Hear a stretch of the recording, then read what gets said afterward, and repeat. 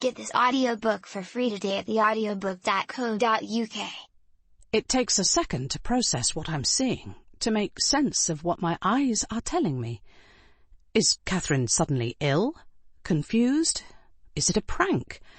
Has someone taken her jacket, walked off the train wearing it? No. It's her. Blonde hair swishing from side to side as she marches down the platform, hands thrust deep into the pockets of her jacket, head down as if she doesn't want to make eye contact with anyone. I lean over to rap on the window as she passes, the glass cold against my knuckles, the move made awkward by the baby on my left side. "Hey!" I shout, sensing other passengers turning towards me. "Catherine! Hey!"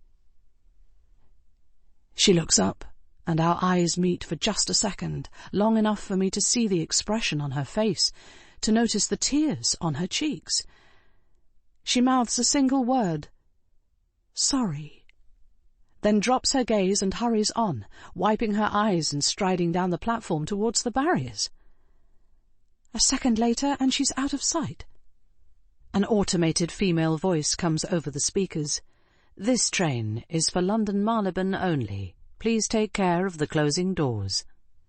A handful of new passengers have boarded for the final stretch of the journey, hoisting bags into racks and looking for seats. The train doors slide shut with a hiss of finality. This isn't supposed to be happening. It's a mistake, some kind of misunderstanding.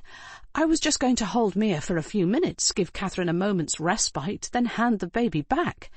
I don't really know how to look after... Someone is talking to me. "Sorry, what?" I turn to face a thin man in a black beanie hat, standing next to my seat. "What were you saying?" The man points a bony finger at the seat Catherine has just vacated, her rucksack left behind next to it. "Is that free?" He's holding up all the other passengers trying to move down the carriage, but seems oblivious. "She just had to make a phone call," I say. "She's coming back in a minute. Sorry." He stares at me for a moment, and then asks the same question of the red-faced businessman at the table opposite, who grunts a reluctant affirmative.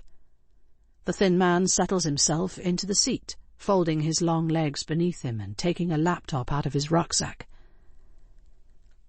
The hum of the engine rises as the train begins to move again.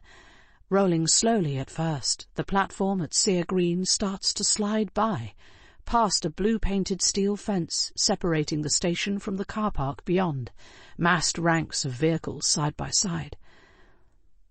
Passengers carry bags and clutch tickets as they walk towards the station exit. I catch a glimpse of a couple of men shaking hands, two middle-aged women embracing, a station worker in a high-vis jacket, a man in a parka, a couple of teenagers walking in, a single figure in a raincoat. I stare out of the window, disbelief fogging my thoughts, as if the train might stop at any moment, as if the situation will put itself right if I just wait a few more seconds. The red-faced man across the aisle is glaring at me with undisguised irritation, his brows knitted together. I return his stare with one of my own, and he drops his eyes back to his laptop.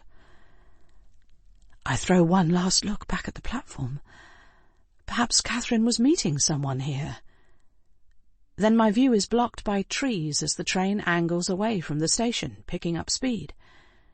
For a split second, I think about standing up and pulling the emergency cord before we've got too far out of the station. Is it a genuine emergency? Is anyone in danger? What's the best thing for Mia? The baby whimpers in my arms. "Shh," I say in a soft voice, rocking her gently. "Did I startle you?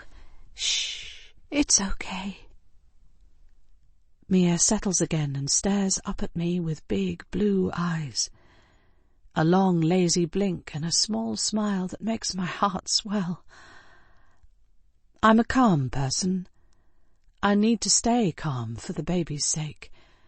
Mia doesn't seem to need anything right now. She isn't crying to be fed or changed or rubbing her eyes for a sleep.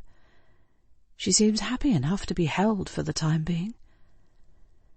No one else in the carriage seems to be aware of what's just happened. I am on my own, with a stranger's baby.